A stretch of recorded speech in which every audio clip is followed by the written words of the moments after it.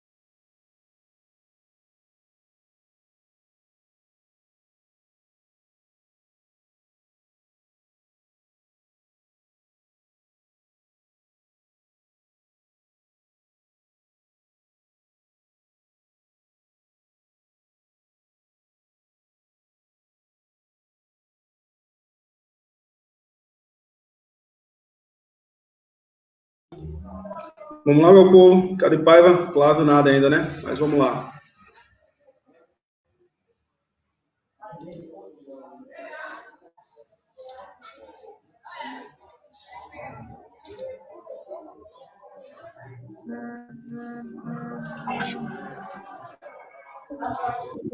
Pronto, Paiva chegou.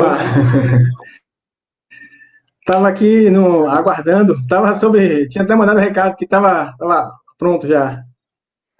É assim mesmo. Deixa eu só fechar o som aqui do outro vídeo. Então, galera, boa noite aqui para quem está chegando agora. Para a gente que está aqui na live já, por favor, compartilhe o link para a gente poder ter um alcance maior. Nessa aqui é uma conversa que vai ser bem interessante para todo mundo. Saudando a todo mundo que está chegando. Boa noite a todas, a todos. Falar que essa é a nossa primeira live, primeira de muitas que virão, porque acredito que temos muitos temas, muitas coisas importantes para debater aqui em nossa cidade. Acredito que essa vai ser a nossa primeira live, mas também tenho a certeza que mais importante ainda vai ser que no futuro próximo nós nos encontremos pessoalmente para estar nessa discussão, nesse debate, propondo soluções. Eu quero começar dando parabéns para a nossa cidade. Faz hoje 32 anos de emancipação política, e que a gente tenha muita prosperidade, muita igualdade, muita justiça social, é o que a gente precisa para a nossa cidade. Temos 32 anos aí, mas temos muita coisa, mas muita coisa mesmo para conquistar. Dar parabéns também, que hoje é o dia dos enfermeiros e das enfermeiras, essa galera que está na linha de frente hoje em dia aí contra a pandemia, galera que é extremamente importante, que a gente tem que estar saudando aí, dando força para que continue sempre firme e forte. Bem, eu sou Márcio Coelho, sou filho aqui da cidade de Eunápolis, sou cientista social formado pela UESC, sou professor de sociologia, especialista no ensino de sociologia e gestão de políticas públicas em gênero e raça. sou filiado ao PSOL. E isso aqui é onde a gente chega na nossa live, nessa questão da organização. A gente está falando do que a gente quer para a nossa cidade, nesses tempos de pandemia, nesses tempos de incerteza, mas também para um futuro próximo.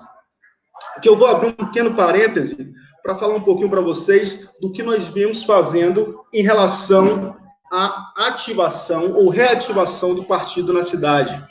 Vocês estão me escutando bem, galera? Beleza?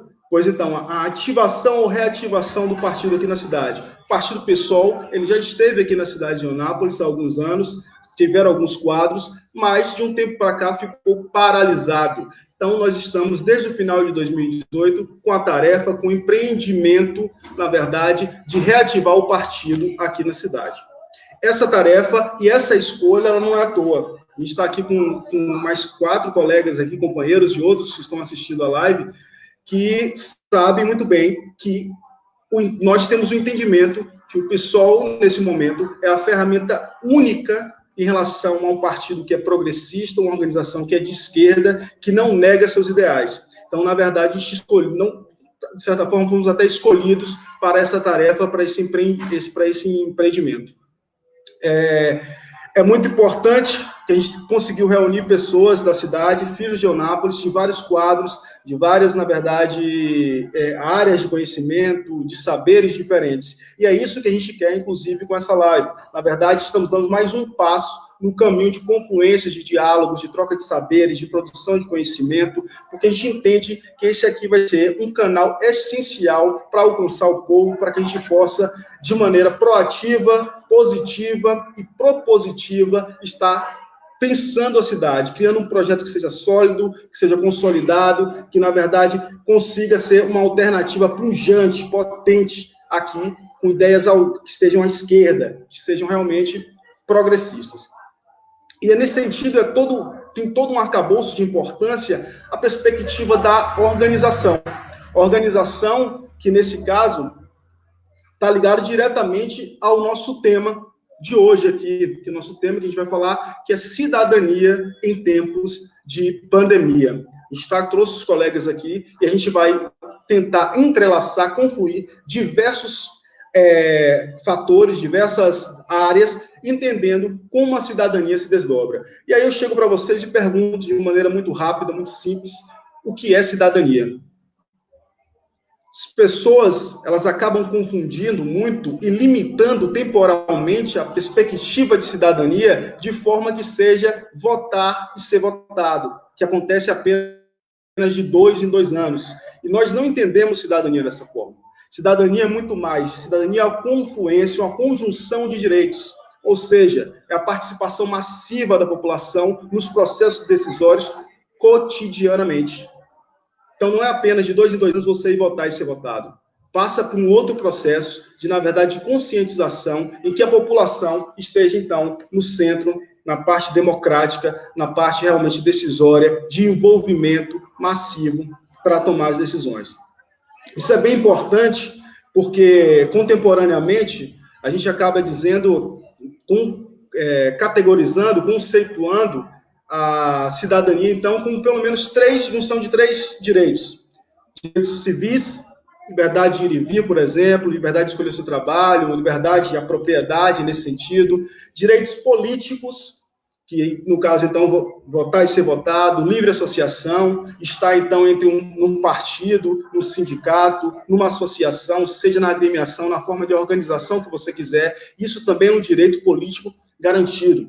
Ou seja, de certa forma, a gente, confluindo, dá um alô aqui para a Deliana e para a Milena Coelho, que entraram aqui, estão dando um alô. Então, boa noite aí, galera, pode vir chegando, qualquer coisa, qualquer comentário, qualquer dúvida que tiver, pode vir trazer para nós, que a gente vai estar aqui para essa conversa mesmo, para esse debate.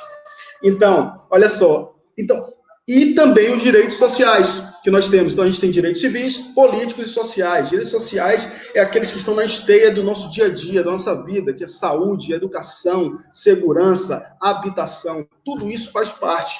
Agora mesmo surgiu, teoricamente, um direito que alguns dizem que é emergencial, que é a renda mínima, o auxílio emergencial. Isso não é e aqui é bom deixar claro, isso não é favor de nenhum político, de vereador, de prefeito, de deputado, de senador, de governador, muito menos do presidente. Isso é um direito que todos temos, que é o direito à dignidade humana, que é o direito da cidadania, que está elencada, senhoras e senhores, em nosso arcabouço constitucional maior, nossa chamada Constituição Cidadã. Então, isso é extremamente importante para entender que a cidadania, e aqui é importante realmente, por mais que nossos direitos estejam lá elencados na nossa Constituição, estejam lá elencados sobre a forma de lei, eles não caem do céu. Cidadania, infelizmente, a gente tem que buscar, tem que arrancar, tem que construir. Isso é extremamente importante. E muitas vezes a gente só consegue isso realmente através da organização. A gente tem que tirar esses direitos, arrancar de quem muitas vezes não tem direito, tem apenas privilégios. E a partir, então, da organização política na comunidade, no seu bairro, no seu sindicato, no seu trabalho, que a gente consegue pressionar e ter, então, mais direitos. Então, por isso que a gente, na verdade, se organiza nesse momento, enquanto grupo de cidadãos neonapolitanos, enquanto grupos de filhos de Eunápolis, enquanto profissionais, enquanto trabalhadores, enquanto filiados ao PSOL, para estar trazendo essa discussão, para estar entendendo o que é cidadania, como a cidadania ela é extremamente importante, como a cidadania no Estado democrático de direito que nós temos, ela é vital, e como e por que nós devemos, de todas as formas, exercê-la. O que a gente vai trazer, a gente vai conversar com os colegas, mas antes eu queria fazer alguns apontamentos em relação justamente às ações práticas, porque a gente tem que organizar, tem que conversar, tem que debater, tem que ir para o diálogo, mas, ao mesmo tempo, nós precisamos também para a prática. E a gente começou com algumas ações agora, a gente está produzindo, confeccionando máscaras para distribuir para a população, a gente já tem algumas máscaras que estão sendo distribuídas, e por outro lado, e aqui afirmando de forma veemente que nós, enquanto grupo organizado, nós somos totalmente a favor do adiamento do Exame Nacional do Ensino Médio, do Enem, mas, ainda assim, pensando que pode ser que aconteça, como no nosso grupo tem muitos professores, estaremos, a partir de amanhã, nos disponibilizando nas redes sociais para tirar dúvida dos alunos, principalmente aqueles da rede pública. Ou seja, você está aí nos assistindo, ou tem algum colega que vai fazer, então, o Enem ao final do ano, ou quando for que aconteça, então, a gente vai deixar lá a mensagem na nossa timeline, na nossa linha do tempo, você vai poder, no privado, então, pedir para nós e tirar a sua dúvida. Acho que algumas ações são pequenas, convidamos também os outros professores que estejam nos assistindo e que ajude, então, a comunidade escolar que precisa tanto. Como eu disse para vocês, a gente vai ter uma conversa, então, hoje sobre diversos temas. E não vou me alongar muito mais falando sobre cidadania, acho que o recado que eu queria passar é esse, e em relação à história do partido também. E aí a gente tem alguns amigos aqui, correligionários, companheiros de luta, que vão fazer as tratativas dos temas. Vou apresentar rapidamente aqui, para depois a gente fazer algumas dúvidas minhas, inclusive, para eles nas áreas que eles atuam. Um deles é Jean Borges, que é licenciado em Ciências Biológicas pela UESB, professor do Estado de Minas Gerais e filiado ao PSOL. Temos também Flávio Paiva, engenheiro civil e de segurança e saúde no trabalho. O companheiro Ciro Lins, professor historiador, graduado pela UNEB, mestre em História Regional e Local pela UNEB, professor da Rede Estadual do Espírito Santo, filiado ao PSOL. Ciro está lá no Espírito Santo, mas é filho aqui da nossa cidade de Eunápolis. E a nossa querida companheira aí, Ana Paula Paiva, mulher negra, mãe de Ana Clara, licenciada em Matemática e em Artes Visuais, é especialista em Educação Matemática, professora filiada ao PSOL também. Então, a gente tem uma turma muito boa aí, que a gente vai poder discutir um pouco, conversar, debater, tirar dúvidas. Então, quem estiver nos assistindo e tiver dúvidas, pode ficar à vontade. Assim, eu vou começar com o Jean, que ele é licenciado em biologia, eu acho que tem algumas coisas que... Primeiro, bem-vindo, viu, Jean? Muito boa noite. Boa noite, Márcio. Como a gente diz, né, começa do início. E para a gente entender um pouco a origem dessa pandemia, por que ela se espalha tão rápido, a gente vê que isso é muito falado nos telejornais, por exemplo, mas que muitas vezes ainda fica algumas dúvidas. E aí eu mesmo queria entender, queria que você passasse para nós, para todo mundo que está nos ouvindo, por que essa doença, então, ela causa essa perspectiva de colapso no nosso sistema de saúde? Por que ela é tão rápida? De onde ela se originou? Fica com você aí, meu amigo. Beleza? Boa noite, Márcio. Boa noite, Ana, Ciro, Flávio. Boa noite aí, quem está nos assistindo agora. Queria iniciar falando com uma satisfação imensa estar aqui participando desse espaço. Estou muito feliz de estar fazendo parte, compondo todo esse processo. Então, Márcio, e a todos aí, já se passaram 6 meses, do primeiro caso confirmado aí de coronavírus. A OMS declarou pandemia há mais ou menos 2 meses. E ainda, um dos maiores obstáculos que temos aí para a contenção do vírus, do SARS-CoV-2, ainda é a falta de informação, de pesquisa sobre o vírus, seja de sua origem, das formas de contágio, ou de como ele se comporta nos diversos ambientes, Se dizia que ele era mais agressivo nos países do norte por causa do frio, mas nós já estamos vendo, que não é bem verdade. Então, nós não conhecemos ainda esse vírus em sua totalidade, e isso é um problema, Nós sabemos também que os primeiros casos, eles foram registrados na China, na cidade de Wuhan. Mas isso ele não é informação suficiente para dizer que o vírus surgiu naquela região. Nós não sabemos, inclusive, quem foi o paciente zero, a primeira pessoa a ser infectada. Fazendo uma relação entre o SARS e o MERS, nós sabíamos que era o paciente zero, foi fácil, conseguimos identificar. Mas sem essa informação, fica difícil ter certeza, toda certeza, de onde esse vírus veio, de onde ele surgiu, sabe? A imprensa mundial, ela afirma que a doença ela surgiu no mercado de Wuhan, mercado de Wuhan, que é conhecido pelo comércio de animais silvestres, como morcegos, e esses teriam transmitido o vírus para seres humanos, É o que se vem espalhando aí nas redes sociais, em outros locais, É o que está aí no senso comum das pessoas.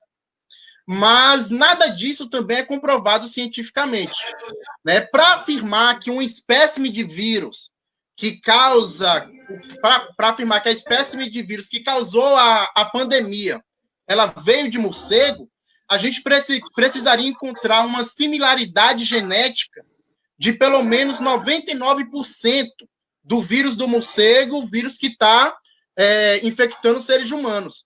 Mas a gente tem se encontrado uma similaridade de 96%. Isso é muito pouco, sabe? Para afirmar que esse vírus veio do morcego. Então, existe uma lacuna aí que a gente ainda não compreende, que a gente ainda não entende. Inclusive, não podemos afirmar sequer que o SARS-CoV-2 ele surgiu na China, tendo em vista que as linhagens genéticas que deram origem a ele não foram encontradas em Wuhan. Uma pessoa infectada, por exemplo, pode ter levado o vírus lá para o mercado de Wuhan e provocado a pandemia. São muitas lacunas que precisam ser preenchidas ainda.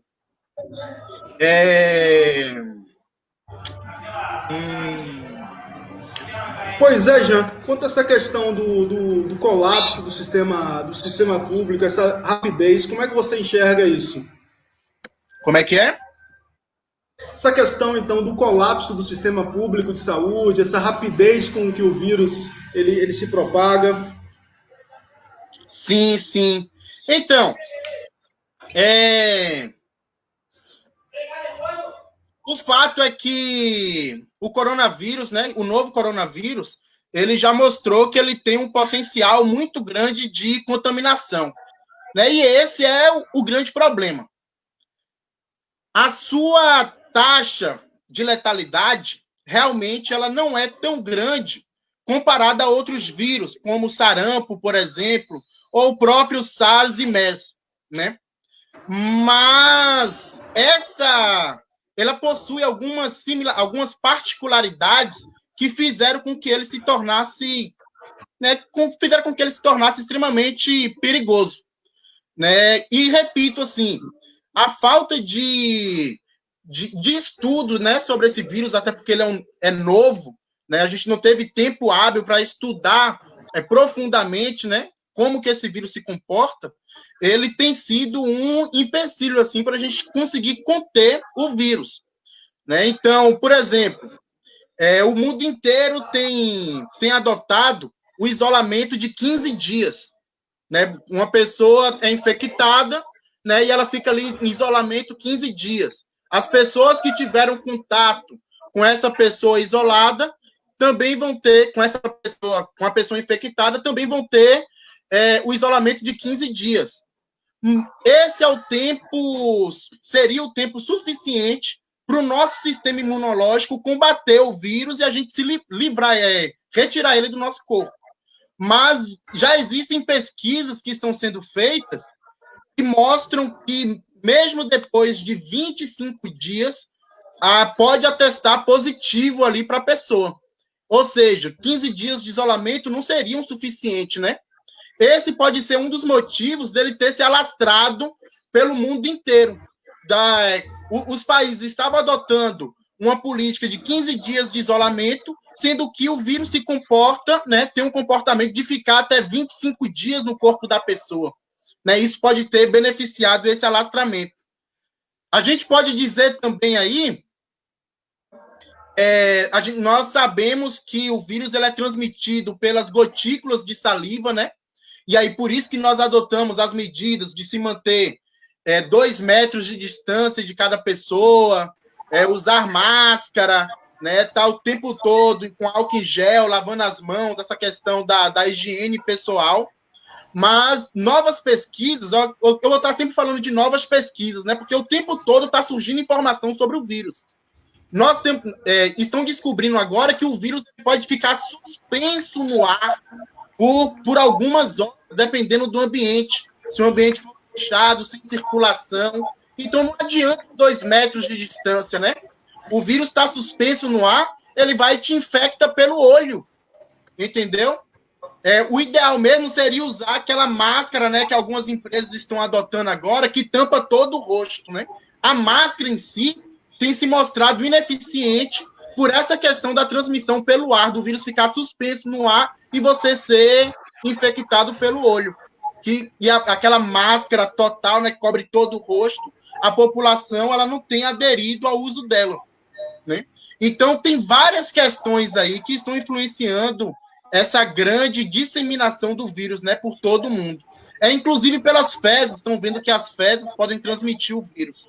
Então, é basicamente isso, né? A falta de informação dificulta a nossa proteção, né? Porque nós não sabemos as diferentes formas pelo qual o vírus pode ser transmitido. E é por isso, inclusive, né, que o enfrentamento ele deve se dar pelo isolamento social. Né? Porque se a gente não sabe como ele é transmitido, a gente tem que evitar o máximo que ele seja propagado. Né? O isolamento tem se mostrado a melhor forma. Lógico que associado àquelas medidas sanitárias, né, que a OMS e os órgãos da saúde aí têm divulgado. Aí eu compreendo também todos os prejuízos causados pelo comércio fechado, né, escolas fechadas, mas nós temos que proteger, né, é fundamental proteger nossas vidas, né? E aí cobrar dos governantes medidas, né, soluções, para que esses problemas provocados soluções para esses problemas provocados pelo isolamento.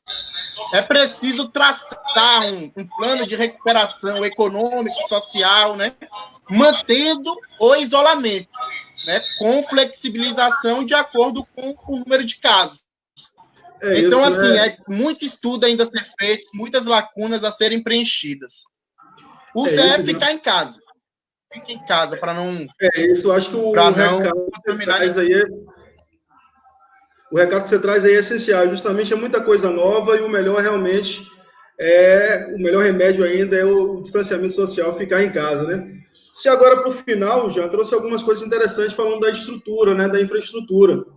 E a gente sabe que, normalmente, no nosso país, o que acontece, pelos dados e indicadores sociais que a gente tem, a corda sempre arrebenta para um lado, né? Para o lado mais fraco, que é o lado que tem menos estrutura, menos condições de lidar, então, com a doença. Queria falar com Paiva, com Flávio Paiva, a respeito disso. Ele que é engenheiro. Como é que você vê, Flávio, essa questão dessa estrutura, ou, na verdade, a falta de estrutura, como ela afeta diretamente nesses casos hoje em dia de pandemia, meu amigo? Boa noite, Márcio. Boa noite, colega Ciro, Jean, Ana Paula. Veja bem, a gente está falando aí, né, como a gente está falando aí, tema principal aí, questão a cidadania, né, que é bom a gente contextualizar. Cidadania diz respeito aí aos direitos e deveres, né, e o papel do indivíduo e meio à sociedade, né. Então, falando-se de cidadania, né, o direito à infraestrutura urbana, né, é bom, aqui em Eunápolis, por exemplo, a gente tem esse direito garantido, né, bom a gente fazer essa reflexão. A gente vê aí muitas vezes, todos os dias aí nas mídias sociais, pavimentou rua tal, pavimentou rua, certo? Então, a gente, com um olhar mais técnico, a gente tem outras questões que estão envolvidas aí nesse tipo de trabalho de infraestrutura. Né? Por exemplo, aqui eu vou me ater a pelo menos três instrumentos aqui de infraestrutura, que seria as vias de acesso, né, às ruas, seria também a questão do manejo das águas pluviais, nada mais é que a drenagem urbana, né, que ela poderia ser drenagem, microdrenagem e macrodrenagem, né, e também associado também à questão outra questão do saneamento também, que é a questão do esgotamento sanitário. Então, quando você tem ruas pavimentadas, Flávio, meu amigo, você não tem... Veja, você tem ruas... Está falhando um pouco, tenta falar um pouco mais próximo o celular para ver se está falhando um pouco, ver se não pode ser que seja isso. Certo. Melhorou? Melhorou? Show. Então, colegas, assim, a questão da infraestrutura de pavimentação de vias, a gente deve observar que nem todas têm um sistema de drenagem ideal. Né? Esse sistema de drenagem, ele, só para a gente entender, né, é a captação da água da chuva. Ou seja, a gente tem vários problemas, mesmo locais altos, né, dentro de Eunápolis aqui, a gente vê ali Santa Lúcia, Centauro, locais altos alagados. Então, é nítido, né, o problema aí de drenagem urbana. Mas qual o problema em relação à Covid-19? Né, a questão justamente que já falou aí, a questão das medidas sanitárias. Nada mais, se a gente não toma as medidas em casa e não tem as medidas sanitárias, que nada mais é propiciada pela infraestrutura, então pode prejudicar mais ainda. Pra caramba seu microfone, meu velho. Só eu que estou percebendo isso ou tá todo mundo? Tá, né? Você não quer tentar sair e retornar para ver se melhora o microfone? Pode ser. Isso eu vou ler os comentários aqui, beleza? Aí você faz esse rapidinho, esse vai e vem e a gente vai. Então, agradecer a galera que está... Beleza, Flávio? A galera que está assistindo aqui, a galera está comentando algumas coisas, que a respeito da primeira perspectiva, o Magno colocou, claro, os direitos estão concentrados nas mãos dos políticos. A gente pode discutir isso um pouquinho mais à frente, depois da fala dos companheiros. Eliana Salsmith, dando parabéns aqui para a galera, falando que é muito bom. O colega Diego Augusto, que é vereador lá em Itacaré, pelo PT, também aqui. A Milena falando, a precariedade da saúde pública é lamentável. Em contrapartida, o possível colapso no Brasil. O companheiro Robson Lopes também aqui dando parabéns para a galera. A querida companheira Ana Paula Lima, falando do isolamento social, é a nossa única vacina. E Diego falou aqui que estava dando para ouvir bem, mas eu achei que estava um pouquinho com problema, mas é isso. Só em relação aos comentários, o Magno coloca aqui, realmente, Magno, tem uma concentração aí dos poderes nas mãos dos políticos, e uma das ideias que a gente tem é justamente de democracia radical, é de igualdade, da participação popular. A gente tem mecanismo para isso já nas nossas leis, como as leis de iniciativa popular, plebiscitos, referendos, entre outras coisas. Mas, de qualquer forma, trazer o povo realmente para o senso dos processos decisórios. Entender, o Paiva voltando aqui, entender que isso é extremamente importante, a participação, senão a gente fica com aquela conversa para boi dormir, né? Política de 2 em 2 anos e não se discute outro tempo. Vou voltar a palavra aqui para o companheiro Flávio. Certo, melhorou? Melhorou aí o áudio? Melhorou o áudio? Tá ok. Velho. Tudo ok. Beleza.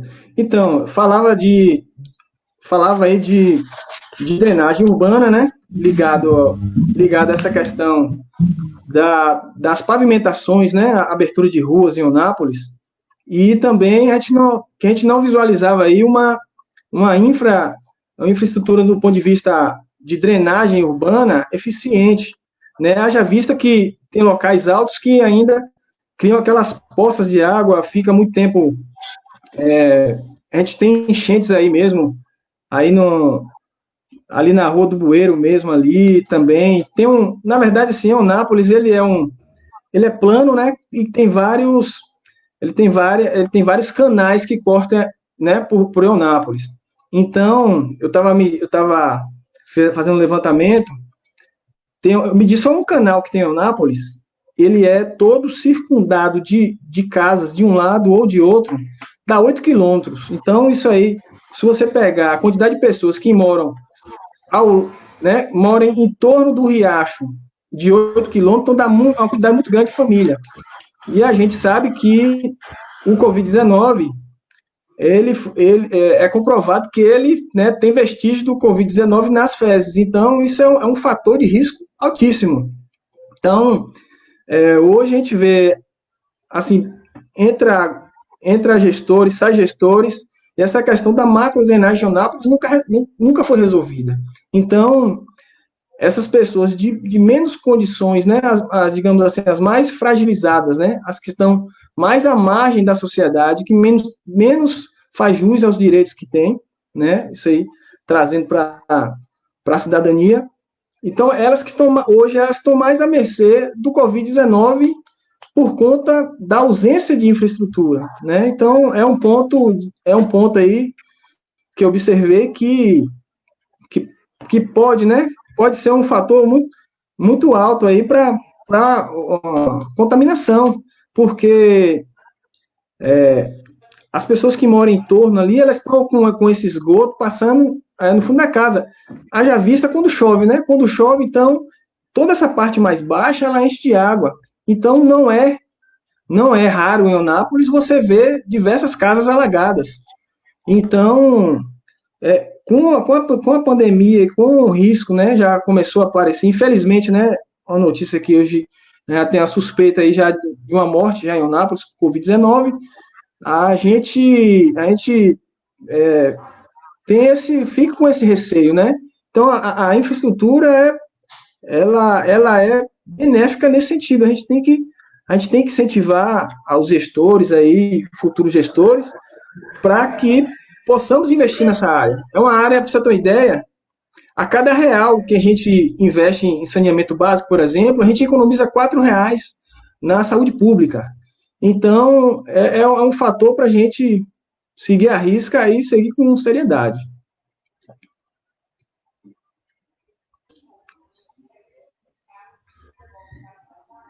Pois é, isso acho que um dos problemas realmente dessa questão de infraestrutura que você coloca bem, pai, é essa questão do saneamento básico, de drenagem, que a gente já tem como problema ao longo da vida, nesse momento se intensifica, causando ainda outras derivações para a saúde da população. É realmente muito complicado. E normalmente, como eu falei com você, essa corda acaba quebrando realmente para o lado do mais fraco. Lado mais fraco, e aí, né? Lado mais fraco. Para concluir, só fiz aqui um comparativo aqui de cidades através da cidade de Eunápolis com outras cidades, né? Comparando que tem saneamento e Eunápolis não, certo? Então, através do PIB, por exemplo, Eunápolis, ele na Bahia ele é o 16º maior PIB da Bahia. Então, 16º. Quem está atrás dele? Porto Seguro, Jequié, Paulo Afonso, Teixeira de Freitas, São Antônio de Jesus. Olha, nas cidades existe um sistema de coleta de esgoto nessas cidades. E por que Eunápolis não? Mesmo com um PIB maior. Então, realmente é um problema de gestão. A gente ter pessoas mesmo que saiam da cadeira para poder buscar recursos para Eunápolis, né? Para ser aplicado em infraestrutura. Outra comparação que eu fiz foi por população. Eunápolis hoje tem cerca de 116 mil habitantes. Então, você vê, Santo Antônio de Jesus, 103 mil. Guanambi, 87 mil. Itamaraju, 68 mil. Ou seja, se você pegar aí, até Trancoso tem esgotamento sanitário, Eunápolis não tem. Então, assim, a gente vê que pessoas assim que não estão muito ligadas nessa questão de infraestrutura para a cidade. Então, é uma mentalidade que a gente precisa mudar com urgência, né? Então, não justifica Eunápolis, uma cidade central, polo, e ainda com essa defasagem. Bom, isso mais uma vez a gente puxando, né, a organização para poder a gente cobrar o que é direito nosso, saneamento básico, tudo isso aí realmente é cidadania, na verdade. E falando em direito, normalmente nesses tempos a gente tem algumas coisas. Você falou do PIB, a gente pensa na questão financeira também, social, e que nesse momento, que alguns direitos, na verdade, eram para ser ampliados, a gente vê, muitas vezes, inclusive, aliás, acho que a maioria das vezes, por parte do governo federal, a tentativa de retirada de direitos. Então, a classe trabalhadora que acaba sofrendo cada vez mais, a cada dia mais, com a pandemia e com o recrudescimento de políticas, então, principalmente neo- e ultraliberais. Queria falar com o nosso companheiro Ciro a respeito justamente disso.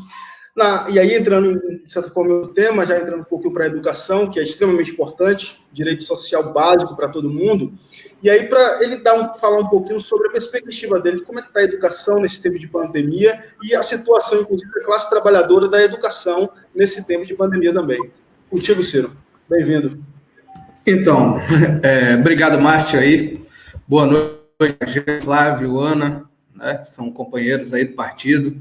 E para o pessoal que está acompanhando a gente, né? Eliana, o Regiomar, a Milena, né, Diego, que são pessoas aí que estão acompanhando a nossa live.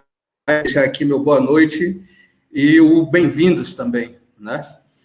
Primeiro, Márcio, eu acho que antes de falar disso aí, eu queria dar aqui os pêsames, de fato, aí, meu e acredito que também do partido, por essa primeira morte aí em Eunápolis, né? Da vítima do Covid, um assunto aí que está sendo debatido tanto por Jean quanto pelo Flávio, e algo que, de fato, parece que o governo tem feito pouco caso, né, nas ações de combate ao vírus, tanto que tem chegado à nossa cidade dessa forma.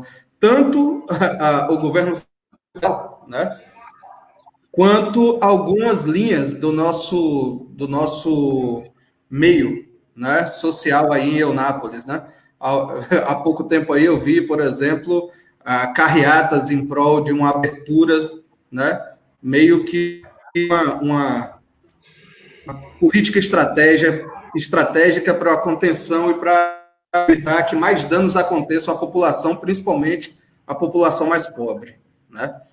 Então, Márcio, como a gente está falando sobre educação mais pobre, cara, e a gente vai falar um pouco sobre educação, e é importante a gente frisar que não só a área da saúde, as áreas exatas, elas se preocupam com o combate ao Covid, ou, na verdade, com a melhoria da situação durante a pandemia, mas que as vacinas, elas também atuam nesse processo de combate, né? Ou buscando minimizar os efeitos dessa pandemia em meio à sociedade, né? E a educação, ela é um desses aí, e principalmente a educação é ela que motiva esse processo aí de tomada de consciência, de responsabilidade consigo e principalmente aí na concretização da cidadania, né? Eu acho que é um ponto importante para a gente frisar.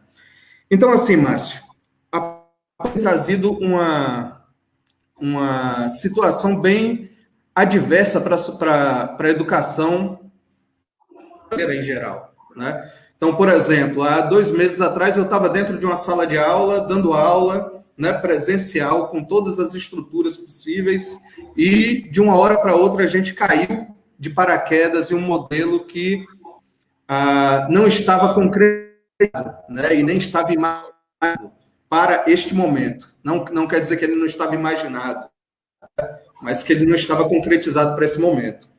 Então, assim, de um modo geral, a gente tem uma desestruturação desse sistema. Então, por exemplo, aqui onde eu vivo hoje, né, Espírito Santo, inclusive, por estar aqui agora, eu vou até dar meus parabéns, fazer como você dá meus parabéns aí pelos 32 anos, já que eu sou filho da terra também, né, há uns 2 anos distante aí da cidade, mas sem perder meus vínculos, né? Então, assim, aqui no estado do Espírito Santo, a gente já tem inserção muito grande da iniciativa privada no meio público, né? Então, o que a gente vem percebendo é que essas iniciativas privadas, elas têm cada vez mais se apoderado do bem público, né? E têm aproveitado da própria situação da pandemia para ainda mais.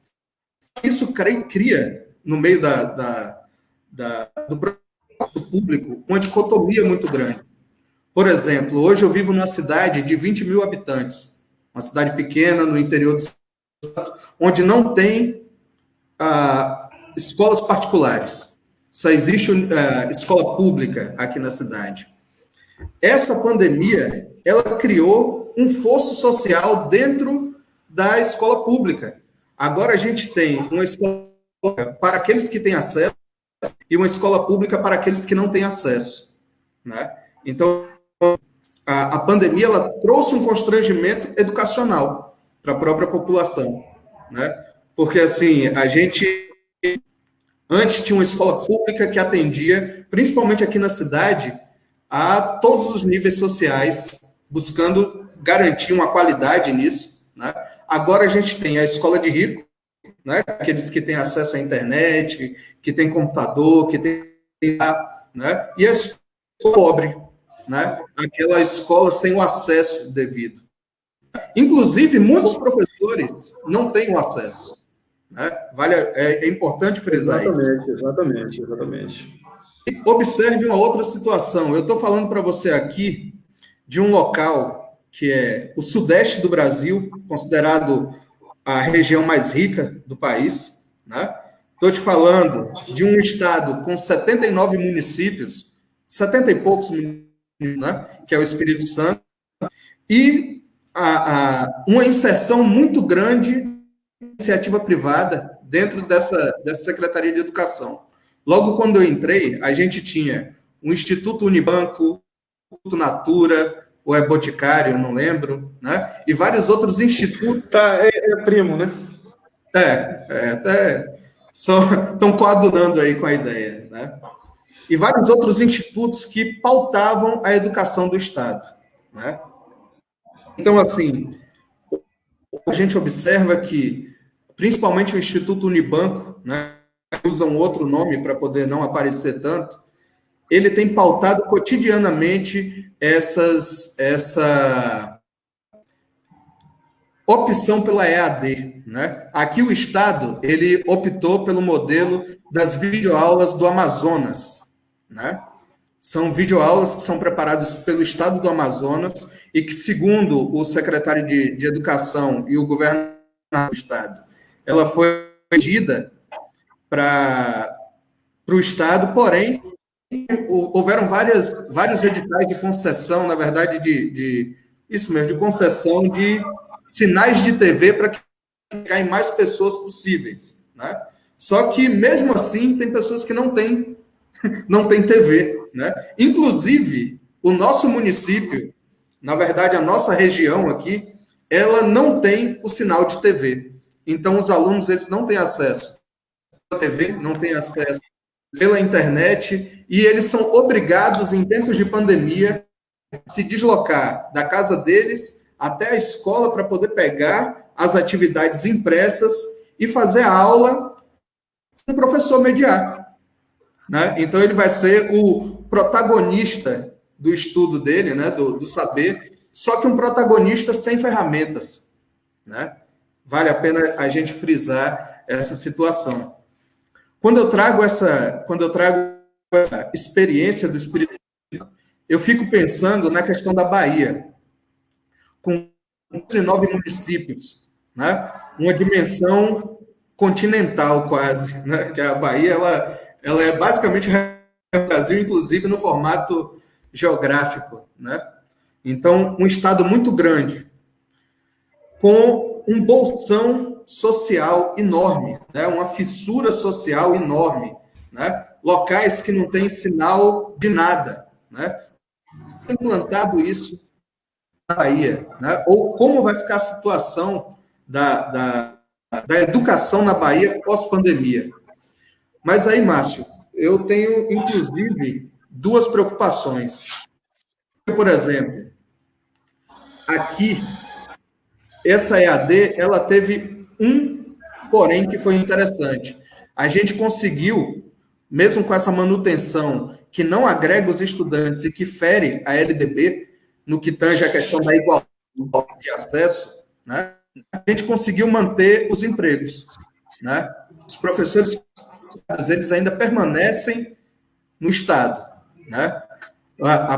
Algumas prefeituras, elas estão aderindo, aquelas que não aderiram, algumas também já fizeram algumas demissões. Porém, a gente tem uma experiência, por exemplo, que a prefeitura demitiu, só que houve uma comoção social e ela voltou à decisão e acabou não demitindo professores contratados, né? Então, mostra, por exemplo, que a mobilização ela é imprescindível também nesse momento para que se garanta os empregos. E o próprio Estado, né, ele o Estado, o município, né, a federação, eles são responsáveis pela manutenção desse emprego, né? Então, é importante você pensar nisso. O professor hoje, ele está em casa, mas ele não está de cara para cima, né? Ele não está sem trabalhar. Exatamente. Ele não está... Ele está, de fato, produzindo algo, né? A vida do professor, mesmo quando ele não está em sala, é uma vida, de fato, de produção, né? E não necessariamente uma produção... Desculpa. Não necessariamente uma metodológica, né? A produção intelectual, ela é muito pesada nesse momento, né, de pandemia. Então, assim, Márcio, eu não sei como é que está meu minuto aí, né, que eu sou meio passado nisso, mas se estiver chegando perto aí, você me avisa. Já passou. Mas voltou, companheiro. Mas é isso. Ainda bem que eu falei. Mas beleza. Eu vou terminar por aqui para não tomar muito tempo de Ana aí. Mas... A gente volta e sua conclusão. Eu só vou ler aqui, antes de passar a palavra para a Ana, uns comentários aqui da galera. Flávio, companheiro de luta aí, muito bacana, parabéns, pessoal. Davidson, companheiro de luta também de Itabuna, pré-candidato a vereador, falando importante debate, parabéns ao pessoal Nápoles pela iniciativa. Jorge, amigo de muitas longas datas aqui de todo mundo também. Boa temática levantada, levando em consideração a defasagem do saneamento básico no país, esse fato torna a pandemia mais alarmante ainda. Tiago Paiva fala aqui, parabéns pela iniciativa visando o desenvolvimento da cidade de Anápolis. Gabriel Tavares fala, muito bom falar sobre o tema, sobre a cidadania. Diego Brito, nosso companheiro de partido aí, muito bom debate. Importante ressaltar a luta pelo adiamento do Enem. Nós falamos aqui no início, somos veementemente favoráveis ao adiamento do Enem, mas estaremos aí tentando dar força para os alunos que quiserem tirar dúvidas.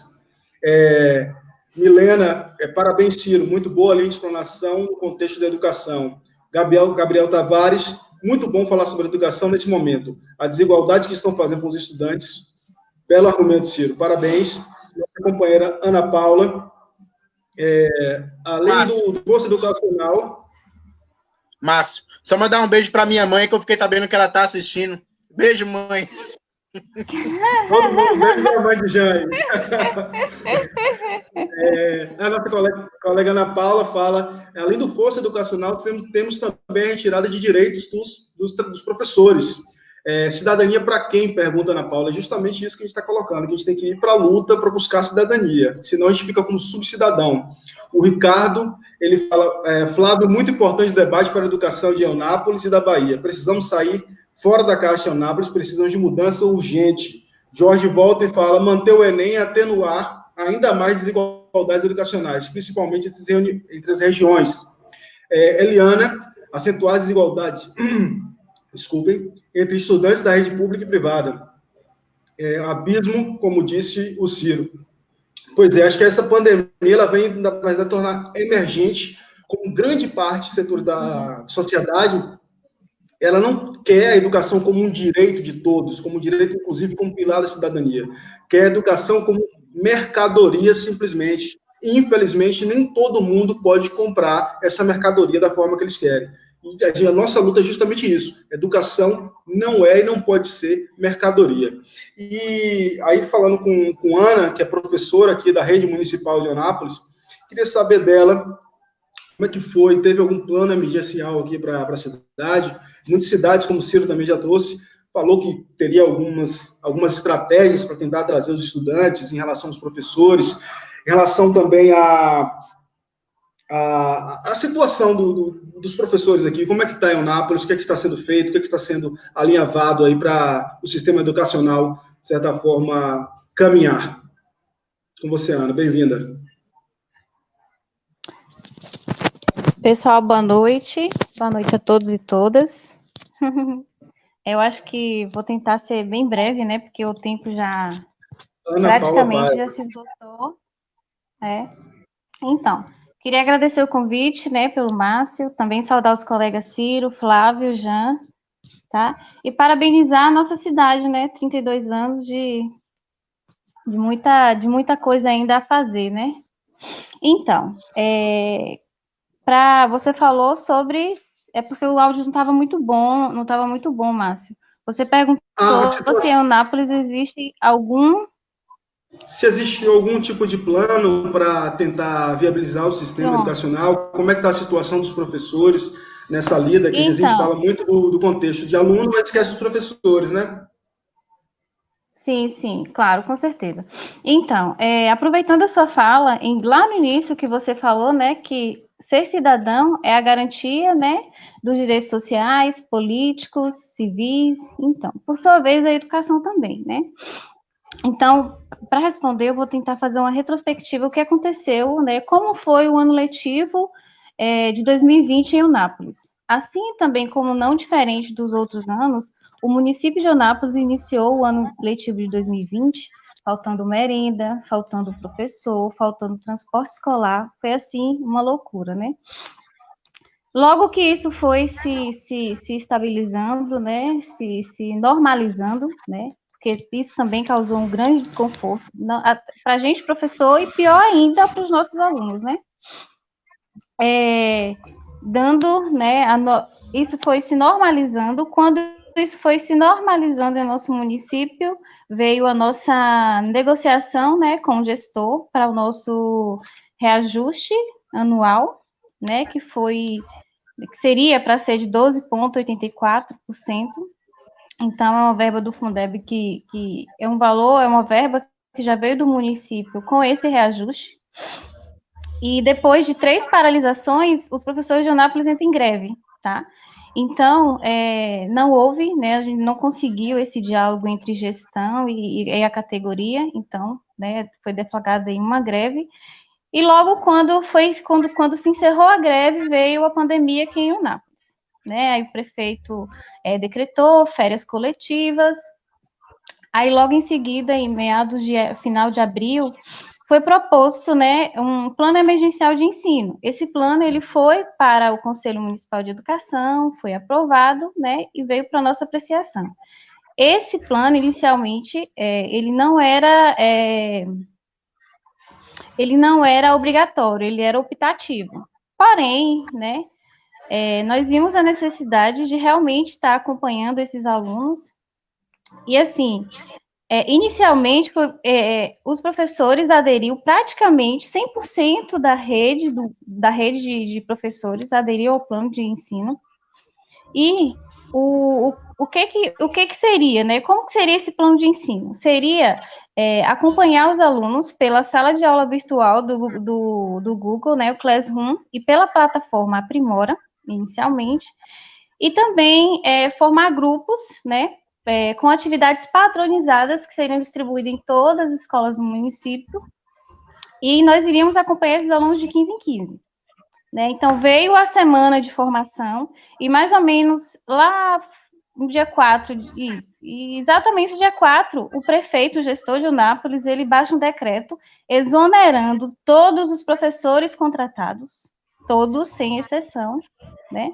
E ainda cortando em até 70% os nossos salários. Então, o professor que tinha extensão de carga horária perdeu, né? Os contratados foram exonerados, e assim, totalmente sem aviso prévio, ele não avisou nada, ele simplesmente baixou o decreto e a gente já recebeu a bomba, né?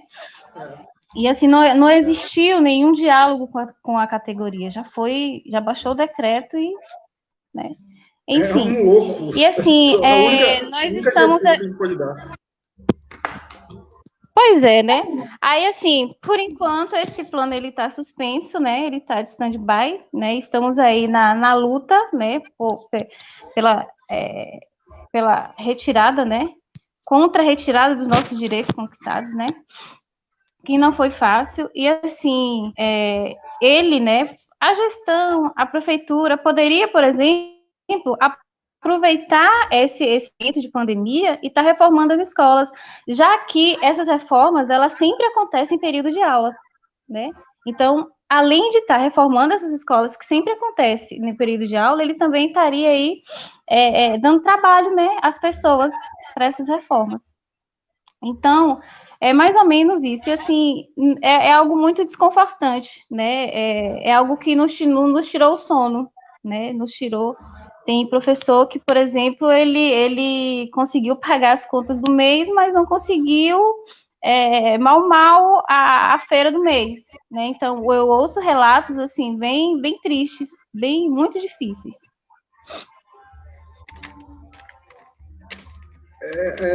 É isso, né? Em tempos de pandemia, um ato extremamente desumano, um ato de atrocidade, totalmente de irresponsabilidade. De responsabilidade, na verdade, com os trabalhadores e trabalhadoras. Por exemplo, muito diferente, por exemplo, do que Ciro acabou de falar aí, né? Porque no estado dele, né, iria acontecer isso, mas não aconteceu, o gestor voltou atrás. Enfim, aqui aconteceu e está, assim, algo totalmente desconfortável para os professores da rede. Tanto para os contratados que foram exonerados, né, e é muito importante de frisar isso, quanto para a gente que os nossos salários foram perdidos em até 70%. É importante frisar aí, André, que a movimentação popular, né, a divulgação midiática, né, ela foi crucial para a manutenção dos trabalhadores, né? Mas o que se observa, de fato, que há um movimento geral para o enxugamento da folha nesse período, né? Em geral. Então, né? Pronto. Bem frisado, porque assim, professora Ana, tem algo que justifica isso? Não, não tem, por quê? A arrecadação do município não baixou, a nossa verba já está reajustada, e assim, comparando com o mesmo mês de 2019, o valor, a verba agora foi maior, inclusive. Então, assim, não existia nenhum motivo, não existe nenhuma justificativa para esses cortes na educação. É realmente desumano. Eu vou ler mais alguns comentários aqui, a gente vai adiantando o debate. Minha irmã colocou Milena Coelho, vou fazer igual o Jean, Milena Coelho, coloquei, faltou beijo para Márcio, beijo, minha irmã, entrar na onda, né? Aí tem aqui o Maicon. Eu tenho uma pergunta também. Tem? Eu só vou ler os comentários. Eu tenho, é pro... Ah, então tá, eu quero fazer minha pergunta. Tudo bem, eu só vou passar os comentários e passo de novo para você, Ana, ok? Maicon Vasconcelos coloca aqui, parabéns pela iniciativa Compass, compartilhar o máximo de informações verdadeiras nesse momento é de extrema importância. Fora Bolsonaro. Eliana fala solidariedade aos professores da rede municipal de Anápolis. Milena coloca aqui 100% aderiram, acho que é em relação ao plano emergencial de educação aqui no município. Isso, praticamente 100%. Pois Deliana coloca aqui a manutenção de aula em tempos de pandemia pune inclusive as mulheres que mesmo professoras também são mães e precisam cuidar de seus filhos, preparar aulas, mandar atividades, corrigir e ainda ter seu salário diminuído pela ganância dos prefeitos que querem usar a pandemia para roubar os cofres públicos para usar nas campanhas eleitorais. A pandemia nos afeta e degrada ainda mais as condições sociais das mulheres na sociedade. Atalanta Sampaio coloca absurdo. Davidson Luiz também absurdo, precisamos avançar nessa denúncia, também falando em relação à retirada do salário dos professores. Ana Paula, nossa companheira, fala, vale lembrar que os professores construíram os planos de ensino para a área. Atalanta Sampaio coloca aqui, vale lembrar que os professores construíram o plano de ensino para a área. Aqui também parece que voltou atrás, pagando alguma coisa. Então, diga, Ana, faça a sua pergunta. Pronto, a minha pergunta foi na fala do companheiro aí, Flávio. Você falou sobre o saneamento, né, das cidades, mas aí eu fiquei curiosa. Quem seria responsável pela construção dessa rede de saneamento nas cidades? Ô, Paula, bela pergunta, viu? Olha só, a parte de saneamento, ela é dividida aí em 4 eixos, né? Seria abastecimento de água potável, manejo dos resíduos sólidos, manejo das águas pluviais, né? Das drenagens, micro e macro drenagem, e esgotamento sanitário. Então, a parte de manejo de resíduos sólidos e drenagem pluvial, essa parte é a parte que pertence ao município, né? Então, todas essas enchentes que a gente vê aí, o responsável direto é o município. Enquanto o abastecimento de água potável e o esgotamento sanitário, ele é concedido pela empresa estadual, aqui na Bahia, né? A gente tivemos aí uma última reunião, na verdade, teve na Câmara de Vereadores, no final do ano passado. Então, eles aprovaram para poder fazer a privatização de todo o serviço de esgotamento sanitário, ou seja, de saneamento como um todo, né? Seria esgotamento sanitário e abastecimento de água potável. Aí a nossa pergunta né, o município não está dando conta nem da parte de drenagem, que é uma parte teoricamente mais simples, né, de se cuidar, e eles estão querendo privatizar a parte de abastecimento de água e esgotamento sanitário.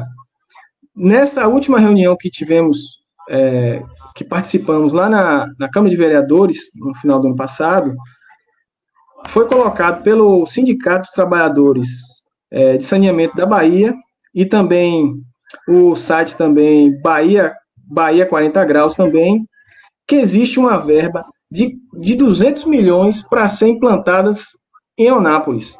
Ou seja, essa verba já está, inclusive, viabilizada. Só que, conforme o sindicato falou, certo? Essa verba, a priori, vinha para Anápolis para construir completamente o esgotamento sanitário, só que quem ia gerir esse valor de 200 milhões seria o Estado. Então, por isso, esse foi um dos motivos que a iniciativa aqui do município quis privatizar, porque, conforme o sindicato, né, ele relatou que esses 200 milhões a prefeitura queria gerir. Então, isso seria inconveniente ter uma implantação de 200 milhões aqui em Eunápolis, mas não passar pela prefeitura. Então, esse foi, ao nosso entender, foi, digamos assim, um jogo, né, político que houve aí, que, na verdade, acaba, como o Márcio falou, a corda só estoura do lado mais fraco. Então, por esse imbróglio, né, e a gente tem esse problema que não tem um saneamento até hoje. Então, a gente é uma questão que a gente precisa resolver, quanto antes.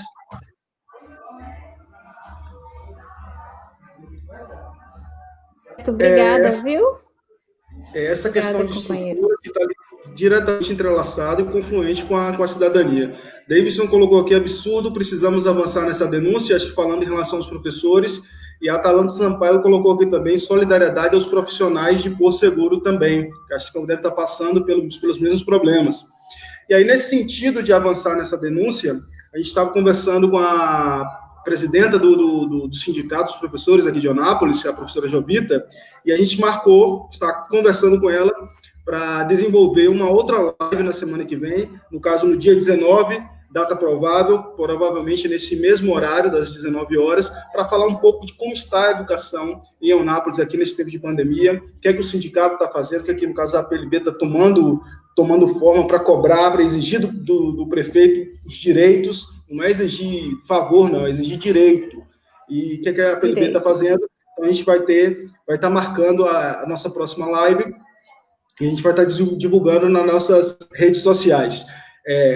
Falando, a gente tem, então, a rede social, tem aqui o Facebook, tem também um canal do YouTube, que a gente está estruturando, e tem o Instagram. Qualquer uma delas é só colocar pessoal.eunápolis ou pessoal Eunápolis, que aí vocês vão ter mais informações sobre nossas atividades que a gente está desenvolvendo. Se você pediu a palavra, fica à vontade. Não tinha pedido não, mas beleza. Não, se quiser falar... Não, eu... Vai encaminhando. Vou estender o pedido de Atalanta aqui, na verdade, a fala de Atalanta. Acho que toda solidariedade aos professores de Porto e, na verdade, regiões que estão nessa situação, né? E só por a fala de Ana aí, que é o seguinte, cara. A situação da educação em Eunápolis, e ligando até a fala do próprio Flávio aqui do meu lado, né? Nunca foi boa, né? Há uns 2 anos atrás, teve um menino que caiu numa fossa que estava aberta dentro da escola, né? Para você ver como a educação e o sistema aí de captação de esgoto da cidade não funciona, né? A gente tem uma cidade que é em cima de uma fossa enorme, né? Uma coisa assim absurda. E, no mais, cara, é falar assim, que nós do partido, né? Nós estamos aqui, de fato, para tentar buscar soluções, não só apresentar as críticas, né? As críticas, elas são reais, a gente não falou nada aqui que não exista, de fato, mas para tentar trazer alguma solução, dialogar com essas pessoas que estão nos assistindo aqui agora, né? Então, a gente falou sobre aquela possibilidade da gente criar um cursinho online agora aqui, né? Por conta dessa questão da pandemia, de algumas lives. Então, assim, a gente não está aqui só para apresentar o problema, mas também para trazer algumas possíveis soluções. No caso, talvez, de Flávio aí, talvez ele possa falar melhor, a solução ela seja um pouco mais demorada, né? Seja um pouco mais dificultosa. Certas situações podem ser mais imediatas, como, por exemplo, a situação que a Ana, né, aqui do meu lado, ela apresentou, que é a situação da demissão dos professores, né? Hoje, se eu não me engano, teve uma manifestação em frente à casa do prefeito, né? A gente tem que convocar a população, né? Ou foi ontem, não sei, né? A gente tem que convocar a população a participar desses atos, né? Por mais que seja nesse momento, mas existe uma figura de se fazer isso, né? Que, inclusive, parabéns, Ana, os professores que fizeram aquele ato, todo mundo de máscara, todo mundo dentro de um distanciamento social, mas trazendo o fato político. É importante que a gente crie o fato político, né? Para todas as áreas. É importante que a gente crie o fato político, porque o fato político faz com que as coisas elas caminhem de fato. Muito obrigado aí pela oportunidade de conversar, né, com você, que eu estou com saudade, inclusive, de ninguém, né, e com o pessoal de Eunápolis também, que já tem quase 2 anos que eu estou distante. Boa, Ciro, acho que é isso mesmo. Acho que a gente está aqui para ir para a luta realmente, para entender os problemas da cidade, criar projetos, consolidar, entender que é necessária alternativa, entendeu? É realmente importante a gente estar entendendo os entrelaçamentos, e justamente isso, quando a gente fala de saneamento básico, uma coisa tão primordial, de saúde, como o Jean, de certa forma, trouxe também. Como a gente vai para a escola se a gente não tem saúde, se chega em casa, não tem estrutura em casa, se não tem saneamento básico? Então, está tudo intrincado. A gente tem que buscar uma cidadania realmente que contemple de forma objetiva, proativa, que seja realmente embasada nesse Estado democrático de direito que a gente tem e está alinhado na nossa Constituição, que é tão bonita, né? A gente não pode deixar como letra morta, na verdade. A gente tem que Márcio, eu quero só um segundinho para falar aqui. Não é minha mãe que está, não, mas tem uns alunos aqui da cidade que estão participando da live, né? O Luiz Guilherme, o David, o Gabriel Tavares e minha amiga Talana está comentando, já falou, inclusive, que ela já é PSOL, né? Acho que nossa intenção, inclusive, com essas lives aí, é mostrar que a gente está aqui para isso, para agregar, né? Para que vocês conheçam mais do partido e que possam participar politicamente, que a política ela é a discussão da sociedade, né? Exatamente. Acho que, como eu falei no início, um dos primeiros passos que estamos dando, é um canal de diálogo, de confluência aqui, para a gente entender que a gente precisa de uma alternativa real que seja concernente com o que a cidade precisa, de progresso, de justiça social. A gente tem muito potencial para estar sendo desperdiçado. Vou encaminhar aqui para o final. A gente passou aí de 1h10 de live, era 1 hora, mas acho que o papo foi muito bom. A gente conseguiu alinhar algumas coisas. Foi a primeira conversa que tivemos. Acho que foi interessante. A gente vai falar em outros momentos um pouco mais do partido, das ideias, e espero que as pessoas utilizem os canais que a gente deu de comunicação, tanto aqui o Facebook como o Instagram, tem e-mail também, está tudo na nossa página do YouTube, para que vocês conheçam mais um pouco de nossas ideias. Então, eu vou passar para o final, pedir para que os companheiros aí façam as considerações finais. Vou começar com nossa querida Ana Paula Paiva, que ela dê suas impressões finais aí. Então, puxando aí o gancho do companheiro Ciro, não é só aqui em Eunápolis, né? Em Eunápolis, Porto Seguro, Cabralha, né? Existe aqui uma mesma linguagem, né? Existe um pessoal que fala a mesma língua, né? Então, o pacote de maldade foram para todos, não só para Eunápolis, nesse mesmo formato, né? E tá aí, né? Poderia estar, por exemplo, reformando escolas, né? Porque geralmente as escolas elas são reformadas durante o período letivo, né? Com os professores dando aula, né? E é algo assim que incomoda muito, muito. Eu me recordo que o ano passado a gente ficava se revezando quem poderia ficar na sala, né? Porque as aulas eram sempre na quadra, porque a escola estava sendo reformada. Então, assim, era um caos, né? Um caos só. Então, fica aí a sugestão do que poderia, por exemplo, tá fazendo nesse período de pandemia, tá? E agradecer a todos os companheiros pelo convite, muito obrigado mesmo, tá? E eu tô aí, que daí vier. Peraí, Marielle presente, gente. Boa. Marielle presente. Ordem inversa, então, da apresentação. Ciro, suas impressões finais, por favor.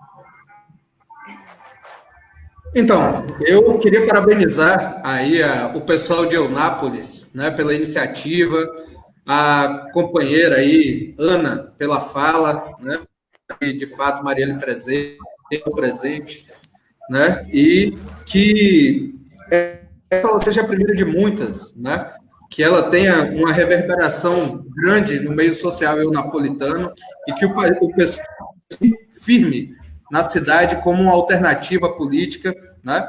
Uma alternativa que vem, de fato, para mudar esse cenário político aí em Eunápolis, né? Porque é necessário mudar, nós já temos várias figuras carimbadas e algumas figuras que é melhor a gente nem dar publicidade, né, de tão nefastas que acabam sendo, né? E só em Eunápolis, mas na região, né? Inclusive, se agregar aqui o Espírito Santo, a gente está participando ainda mais, né? É isso, um abraço a todos vocês aí, um abraço ao pessoal que está assistindo, Regiomar, Atalanta, né? Aos companheiros aqui do Espírito Santo, Adeliana, viu? Um abraço a todos, valeu. Vamos lá, Paiva, contigo. Flávio. Bom, quero deixar aqui os parabéns aí para Eunápolis, mais uma vez. Cidade acolhedora, né?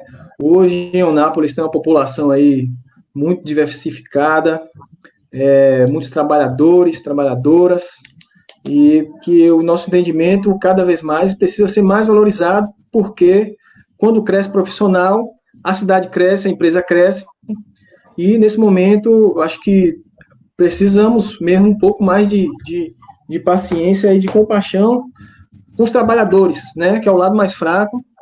Quer dizer também que esses moradores aí, onde eu falei, né, que moram em torno desses córregos aí, já conversei com alguns, inclusive tem a parte de meio ambiente, né, que está envolvida a questão do saneamento básico também.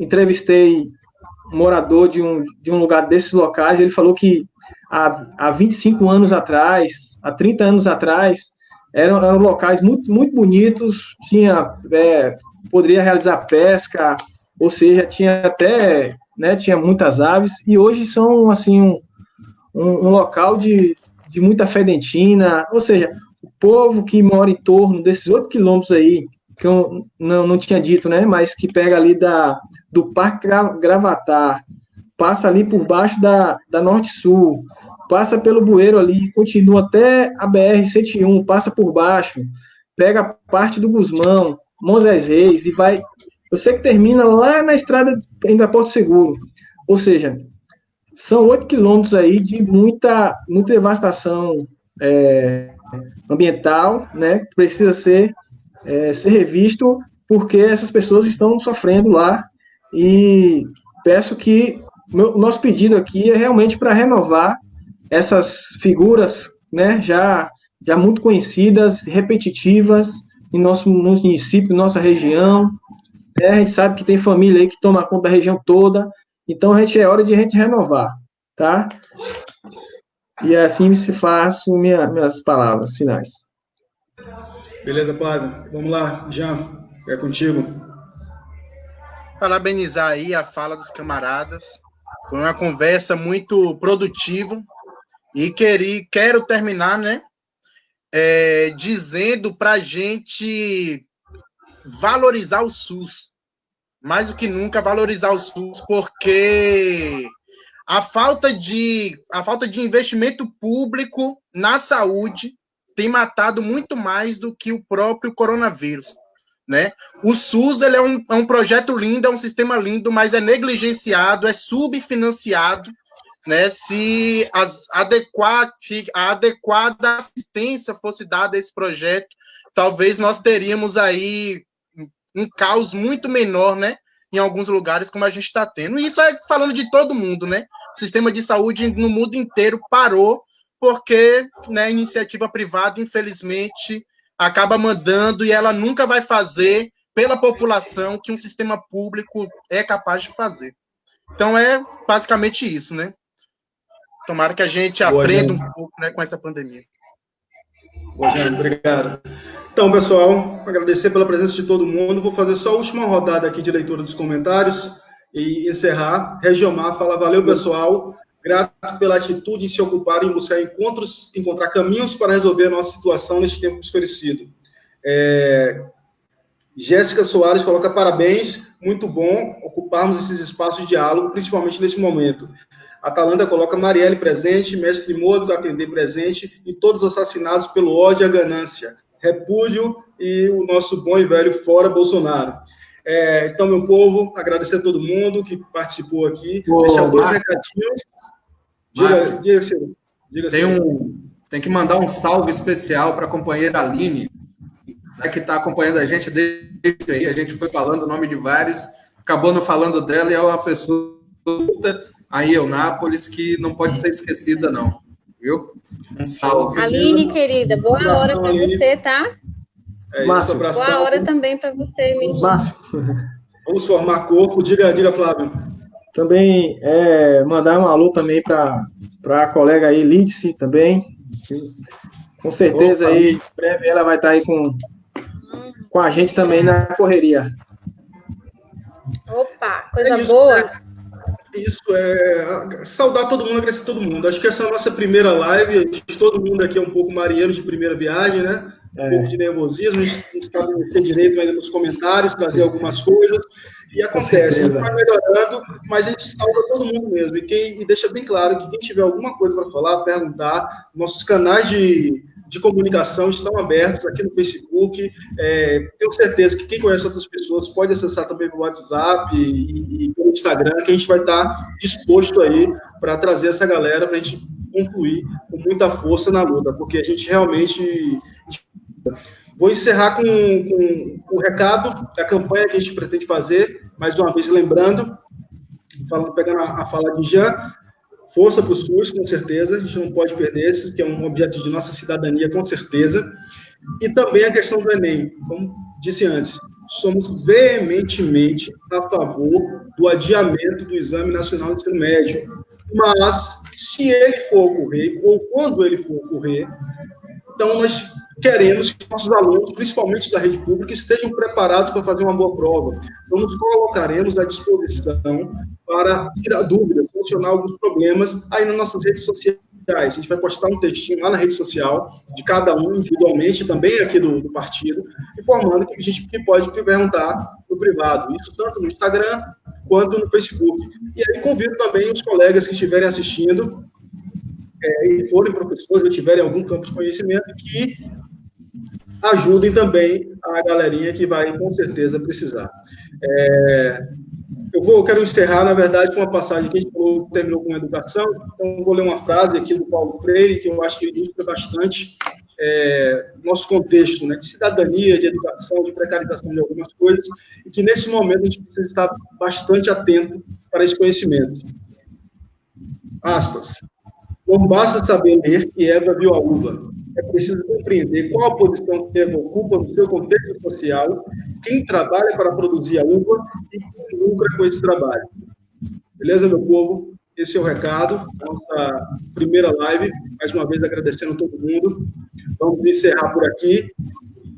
E a próxima a gente vai noticiar. Como disse antes, na data provável do dia 19.